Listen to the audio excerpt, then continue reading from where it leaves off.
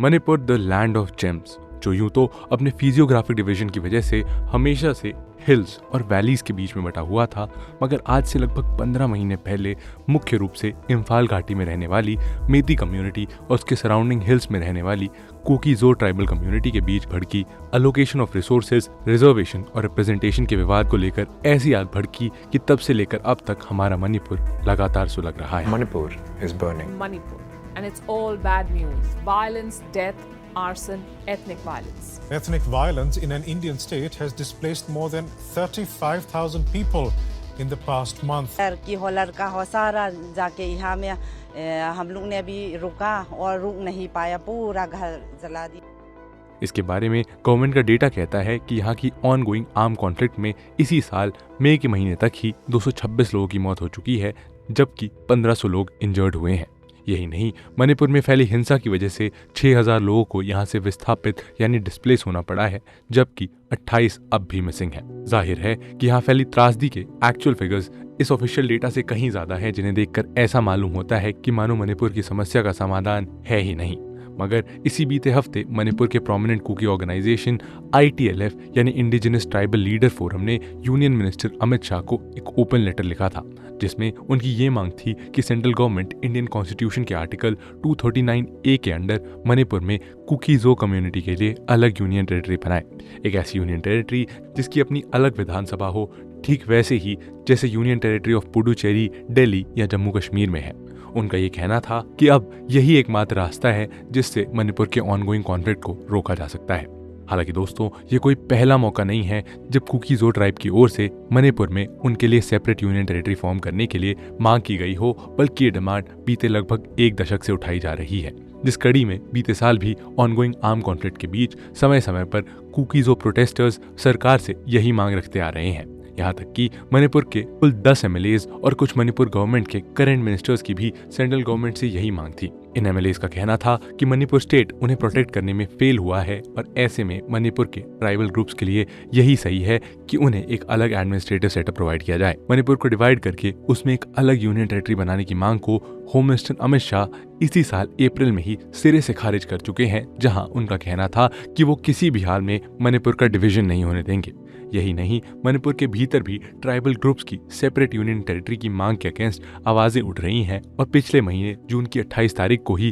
कोकोमी यानी coordinating committee on Manipur integrity द्वारा इम्फाल में एक मार्च ऑर्गेनाइज किया गया था, जहां मणिपुर की टेरिटोरियल इंटीग्रिटी को इंश्योर करने के लिए इस वॉक टू सेव मणिपुर मार्च में अलग अलग कम्युनिटीज के हजारों लोगों ने पार्टिसिपेट किया। ऐसे में हम देख सकते हैं कि कॉन्फ्लिक्ट रेजोल्यूशन के इस तरीके को लेकर भी मणिपुर 2 अलग अलग ग्रुप्स में बटा हुआ है। तो यहाँ फिर ये प्रश्न उठता है कि आखिर इनमें से सही कौन है? क्या वाकई में मणिपुर के मुद्दे को सॉल्व करने के लिए उसे यहाँ रहने वाली इन कम्युनिटीज के बीच डिवाइड कर देना ही एकमात्र सोल्यूशन है, या मामला कुछ और ही है? आइए दोस्तों, आज की इस वीडियो में हम इसी विषय पर चर्चा करेंगे। लेकिन दोस्तों, इससे पहले कि हम इस वीडियो में आगे बढ़े, मैं आप सभी से ये बताना चाहता हूँ कि अनअकैडमी का जो UPSC सब्सक्रिप्शन है, जिसके प्लस कोर्सेज से 70+ सिलेक्शंस हुए हैं UPSC CSE 2023 में, वो अभी अवेलेबल है at a very amazing pricing, जो कि है 29,999 रुपए। और इस 15 महीने के सब्सक्रिप्शन में कवर होता है आपका कंप्लीट GS, CSAT, और आपको मिलता है टेस्ट सीरीज का access and access to all batches in every language available. और दोस्तों, ये एक लिमिटेड पीरियड ऑफर है, तो इससे पहले ये प्राइसेस चेंज हो, आप अभी जाकर इस सब्सक्रिप्शन को लें और अपनी UPSC तैयारी को और मजबूत करें।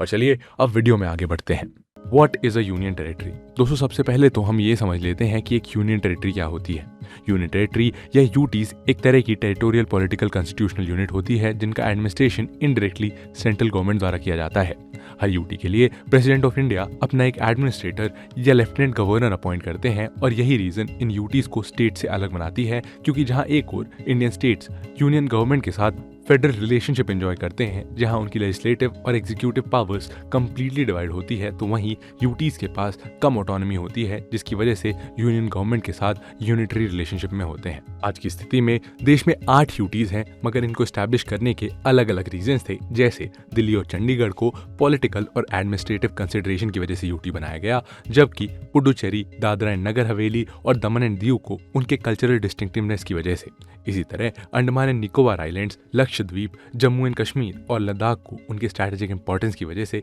यूटी स्टेटस प्रोवाइड किया गया। हालांकि बैकवर्ड और ट्राइबल एरिया को स्पेशल केयर प्रोवाइड करने के लिए पहले मिजोरम, मणिपुर, त्रिपुरा और अरुणाचल प्रदेश को भी यूटीज की तरह ही फॉर्म किया गया था, मगर बाद में ये फुल फ्लेजेड स्टेट्स बना दिए गए। यहाँ हमें ध्यान रखना चाहिए कि कॉन्स्टिट्यूशन में प्रोवाइडेड प्रोविजंस के अनुसार किसी भी नई यूटी को एस्टैब्लिश करने का काम पार्लियामेंट द्वारा ही किया जाता है, जिसके लिए वो बिना स्टेट्स की परमिशन लिए उनकी एग्जिस्टिंग स्टेट बाउंड्रीज को यूनिलैटरली ऑल्टर कर सकते हैं। यूं तो कॉन्स्टिट्यूशन का पार्ट 8 ही यूटीज के एडमिनिस्ट्रेशन से डील करता है, लेकिन अगर हम गौर से देखें तो हम पाएंगे कि भारत की अलग अलग यूटीज को एडमिनिस्ट्रेटिव सिस्टम में कोई यूनिफॉर्मिटी नहीं है। जहां एक और पुडुचेरी, दिल्ली और जम्मू एंड कश्मीर में लेजिस्लेटिव असेंबली एस्टैब्लिश की गई हैं, जहां जनता द्वारा चुने हुए प्रतिनिधि जाते हैं, तो वहीं दूसरी किसी भी यूटी में ऐसा कोई प्रोविजन नहीं है। मगर अब आप सोच रहे होंगे कि आखिर मणिपुर के ट्राइबल ग्रुप्स अपने लिए अलग यूनियन टेरिटरी की डिमांड क्यों कर रहे हैं, तो चलिए अब हम उनकी मांग के पीछे के कारणों को भी जान लेते हैं। Why tribal groups are demanding a separate union territory in Manipur?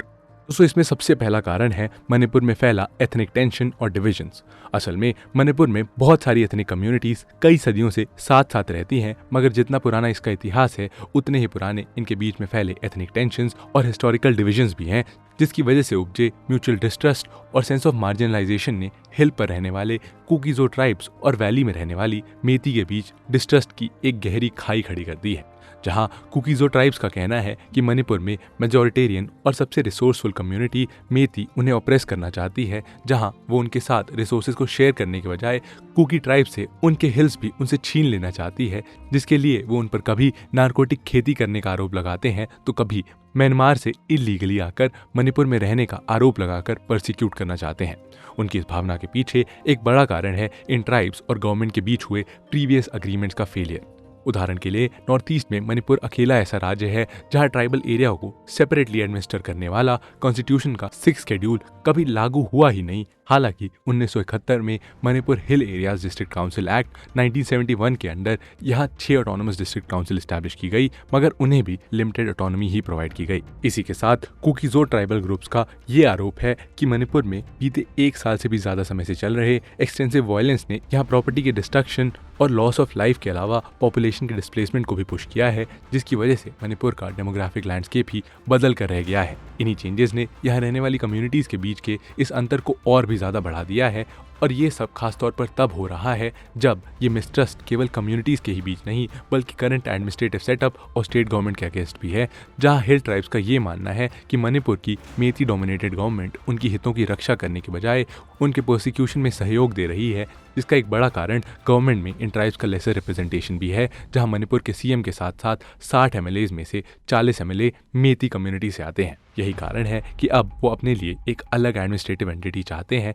जो उन्हें ट्रूली रिप्रेजेंट करे। इसके अलावा उनकी इस मांग का एक इकोनॉमिक एंगल भी है, जहां मणिपुर के कुकीजो डोमिनेटेड डिस्ट्रिक्ट्स जैसे फेरजौल और चुराचांदपुर में वैल्यूएबल नेचुरल रिसोर्सेज के साथ साथ साउथ ईस्ट एशिया के स्ट्रैटेजिक गेटवेज भी मौजूद हैं, मगर फिर भी ये रीजन मणिपुर के सबसे पिछड़े रीजन्स में से एक है और यहाँ इंफ्रास्ट्रक्चरल डेवलपमेंट ना के बराबर है। ऐसे में इस मांग को उठाने वालों का ये मानना है कि इन एरियाज का सेपरेट एडमिनिस्ट्रेटिव सेटअप इस एरिया के साथ साथ यहाँ के लोगों की इकोनॉमिक प्रॉस्पेरिटी के लिए भी बेहतर होगा। इन्हीं सब कारणों ने यहाँ की मांग के लिए एक अच्छा खासा पॉपुलर सपोर्ट और मोबिलाइजेशन भी जनरेट किया है, और अब ऐसे में आप सोच रहे होंगे कि एक वाइबल ऑप्शन है। आफ्टर ऑल, अगर मणिपुर में अलग यूनियन टेरिटरी बनने से यहाँ की वायलेंस खत्म होती है तो इसे अपोज करने का क्या रीजन है? तो चलिए अब इस सिक्के के दूसरे पहलू को भी जान लेते हैं। What is being opposed? दोस्तों, इस मुद्दे को लेकर सबसे बड़ा डर ये है कि यदि कुकीजो ट्राइब्स की डिमांड मानकर उन्हें एक अलग यूटी प्रोवाइड कर दिया गया तो आगे जाकर ऐसी ही आवाज़ें नॉर्थ ईस्ट के दूसरे ट्राइबल ग्रुप्स की ओर से भी उठाई जाएंगी।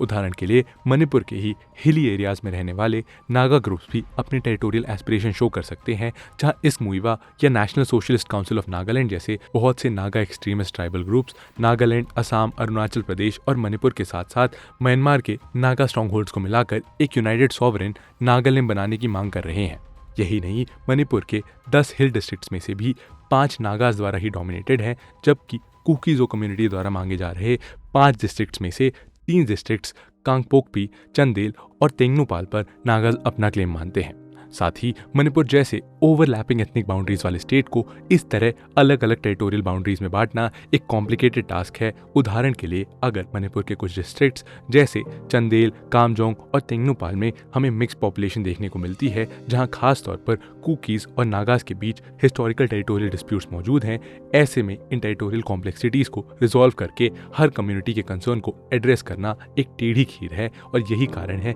कि जो कुकीज और ग्रुप्स यूटी की डिमांड कर रहे हैं वो बार बार पुडुचेरी का एग्जाम्पल दे रहे हैं, क्योंकि पुडुचेरी भी एक कंसेंट्रेटेड यूटी होने के बजाय कई टुकड़ों में फैला हुआ है, जो कि तमिलनाडु, केरला और आंध्र प्रदेश में अलग अलग जगह फैले हुए हैं। इसके अलावा इस मांग के अगेंस्ट एक बड़ा रेजिस्टेंस मणिपुर स्टेट गवर्नमेंट और मेती ग्रुप्स की ओर से भी किया जा रहा है, जो मणिपुर स्टेट का डिवीजन करके उसकी टेरिटोरियल इंटीग्रिटी को भंग करने के अगेंस्ट है। मेती ग्रुप्स का एक बड़ा ऑब्जेक्शन ये भी है कि प्रीवियस पैक्ट्स और कुकीज़ो कम्युनिटी के ट्राइबल स्टेटस की वजह से पहले ही मणिपुर की पॉपुलेशन में 53% प्रोपोर्शन रखने वाले मेती ऑलरेडी इम्फाल वैली में रहने को मजबूर है, जो कि कंपैरेटिवली बेटर डेवलप्ड तो है मगर पूरे स्टेट का मात्र 10% ही है। जबकि इसके उलट कुकी और दूसरी ट्राइब्स हिल्स में ऑलरेडी एक वाइडर लैंड रिसोर्स पर अपना कब्जा जमाए हुए बैठी हैं। ऐसे में यदि उन्हें इस तरह सेपरेट यूटी प्रोवाइड कर दिया गया तो मणिपुर और यहाँ के मेतीज के हाथ से मेजॉरिटी लैंड चला जाएगा, जबकि कुकी और मेती के बीच इस पूरे कॉन्फ्लिक्ट की मुख्य जड़ ही लैंड और नेचुरल रिसोर्सेज से उपजा आपसी मतभेद है। इसके अलावा इस तरह से एक नई यूनियन टेरिटरी को एस्टैब्लिश करने का अधिकार भले ही कॉन्स्टिट्यूशनल सेंट्रल गवर्नमेंट को दिया हो, मगर मणिपुर के केस में ऐसा करना एक कॉम्प्लिकेटेड प्रोसेस साबित हो सकता है, क्योंकि इससे उसके लिए आर्टिकल 371C के अंडर बनाए गए सब स्टेट कॉन्स्टिट्यूशनल एसिमेट्रिकल अरेंजमेंट्स जैसे डिस्ट्रिक्ट काउंसिल्स और ट्राइबल लैंड राइट्स को भी डिसॉल्व करना पड़ सकता है। इसके अलावा इस तरह से सेपरेट यूनियन टेरिटरी को बनाना इकोनॉमिकली अनवाइबल है, जहां प्रपोज्ड एडमिनिस्ट्रेटिव एंटिटी की फाइनेंशियल सस्टेनेबिलिटी और रिसोर्स एलोकेशन एक डिफिकल्ट टास्क है। यानी कि कुल मिलाकर हम देख सकते हैं कि इस तरह की मांग को लेकर हमारे पास बहुत से कॉन्फ्लिक्टिंग आर्ग्यूमेंट्स मौजूद हैं। अब ऐसे में प्रश्न ये उठता है कि आखिर मणिपुर की समस्या का समाधान क्या है। तो चलिए अब इसी बारे में जान लेते हैं। Is there a way out? दोस्तों, मणिपुर के लिए सबसे बड़ा खतरा यहाँ का ऑनगोइंग आर्म कॉन्फ्लिक्ट है, जहाँ कॉन्फ्लिक्टिंग ट्राइबल ग्रुप्स इसी की मदद से एक दूसरे के साथ खून की होली खेल रहे हैं। ऐसे में मणिपुर में शांति फिर से बहाल करने के लिए सबसे पहले ये करना जरूरी है कि वहाँ के इस आर्म कॉन्फ्लिक्ट को खत्म करके ट्राइबल रिप्रेजेंटेटिव्स को डिस्कशन टेबल्स पे लेकर आया जाए, जिसके लिए सबसे पहले एक स्ट्रॉन्ग पॉलिटिकल विल की जरूरत है। साथ ही इस वायलेंस को रोकने के लिए बिना किसी पार्शियलिटी या प्री कंसीव नोशन के दोनों ही ग्रुप से उनके वेपन सरेंडर करवाने और पीस मेंटेन करवाने की जरूरत है, जिससे कुकीज़ो ग्रुप्स, मेती कम्युनिटीज, नागा, स्टेट गवर्नमेंट और सेंट्रल गवर्नमेंट जैसे अलग अलग स्टेक होल्डर्स के बीच सही मायनों में एक कंस्ट्रक्टिव डायलॉग और नेगोशिएशन का फेज इंश्योर किया जा सके। जाहिर है कि नेगोशिएशंस का प्राइम मोटिव इन कम्युनिटीज के पीसफुल कोएग्जिस्टेंस और म्यूचुअली सपोर्टिव डेवलपमेंट ही होना चाहिए, और इस कॉन्फिडेंस बिल्डिंग मेजर से न केवल सभी ग्रुप्स को अपनी बात रखने का मौका मिलेगा, बल्कि इससे मणिपुर में इंक्लूसिव गवर्नेंस को भी इंश्योर किया जा सकेगा, जहां हर कम्युनिटी को ये विश्वास दिलाया जाए कि उनके इक्विटेबल रिप्रेजेंटेशन के साथ माइनॉरिटी राइट्स का भी प्रोटेक्शन इंश्योर किया जा सकेगा। इसके बाद भी यदि किसी कॉन्स्टिट्यूशनल रिफॉर्म या म्यूचुअली अग्रीड टर्म्स पे डेवल्यूशन ऑफ पावर की जरूरत होती है तो उसके लिए भी एक नया रास्ता निकाला जा सकता है, और यहाँ पर हम बेल्जियम, कनाडा, नेदरलैंड्स और स्विट्जरलैंड जैसे फेडरल पॉलिटीज से भी लेसन्स लर्न कर सकते हैं, जहां अलग अलग टेरिटोरियल डिवीजन्स को सक्सेसफुली मैनेज किया जाता है। मगर इन सभी कंस्ट्रक्टिव मेजर्स के बीच मणिपुर में कुछ रेमेडीज इंप्लीमेंट करने की भी जरूरत है, और उदाहरण के लिए म्यांमार से लगे ओपन बॉर्डर और इसके अक्रॉस फ्री मूवमेंट रिजीम का मिसयूज करने वाले इलीगल इमिग्रेंट्स को आइडेंटिफाई करके यहाँ से बाहर निकालने के लिए भी स्पेशल ड्राइव चलाई जाने की जरूरत है। हालांकि इसमें एनआरसी या नेशनल रजिस्टर ऑफ सिटीजन का इम्प्लीमेंटेशन भी कारगर साबित हो सकता है, मगर एनआरसी के फॉर्मेशन और लैक ऑफ रिकॉर्ड्स की वजह से कुछ ट्राइबल्स का इससे इंक्लूजन इसके फुल प्रूफ इम्प्लीमेंटेशन की राह में रोड़ा साबित हो सकता है। लेकिन मणिपुर के डेमोग्राफिक प्रोपोर्शन को बिगड़ने से बचाने और खास तौर पर अपकमिंग डीलिमिटेशन एक्सरसाइज के पहले यहाँ से इलीगल इमिग्रेंट्स को निकालने के लिए कोई मैकेनिज्म फिगर आउट किया जाना चाहिए। इस काम में गवर्नमेंट की मदद करने में ट्राइबल और कम्युनिटी लीडर्स एक की रोल प्ले कर सकते हैं। साथ ही इंडियन गवर्नमेंट को यह भी ध्यान देना होगा कि वो चिन कुकी मिलिटेंट्स के साथ किए गए SOO यानी सस्पेंशन ऑफ ऑपरेशन एग्रीमेंट को फर्दर एक्सटेंड ना करे। और यहाँ हम आपकी जानकारी के लिए बता दें कि 2008 में Indian government, Manipur state government और कुकी मिलिटेंट ग्रुप्स के बीच suspension of operation agreement sign हुआ था, जिसके अंतर्गत मिलिटेंट ग्रुप्स ने ये बात मानी थी कि वो इसके बाद लॉ ऑफ द लैंड और कॉन्स्टिट्यूशन को पूरी तरीके से फॉलो करेंगे और किसी भी आर्म कॉन्फ्लिक्ट या अट्रॉसिटी में पार्टिसिपेट नहीं करेंगे। इसके बदले में इंडियन गवर्नमेंट उनके अगेंस्ट चल रहे मिलिट्री एक्शंस को रोक देगी। और यही नहीं, इस एग्रीमेंट में ये बात भी मेंशन थी कि ये इंसर्जेंट्स डेजिग्नेटेड कैंप्स में रहेंगे और अपने वेपन्स लॉक्ड स्टोरेज में ही रखेंगे, जिनकी टाइम टू टाइम मैनर में मॉनिटरिंग होगी। तब से लेकर आज तक ये एग्रीमेंट हर साल रेटिफाई किया जाता है, जहां सभी पार्टीज अपनी ओर से पूरे कोऑपरेशन की वचनबद्धता दर्शाती हैं। मगर ऑनगोइंग मणिपुर कॉन्फ्लिक्ट में कुकी मिलिटेंट्स के प्राइम रोल ने ये दर्शाया है कि उनकी तरफ से एसओओ का क्लियर उल्लंघन हुआ है। इसके अलावा ये बात भी वेल एस्टैब्लिश्ड है कि देश में होने वाले किसी भी इंटरनल कॉन्फ्लिक्ट में एक प्राइम रीजन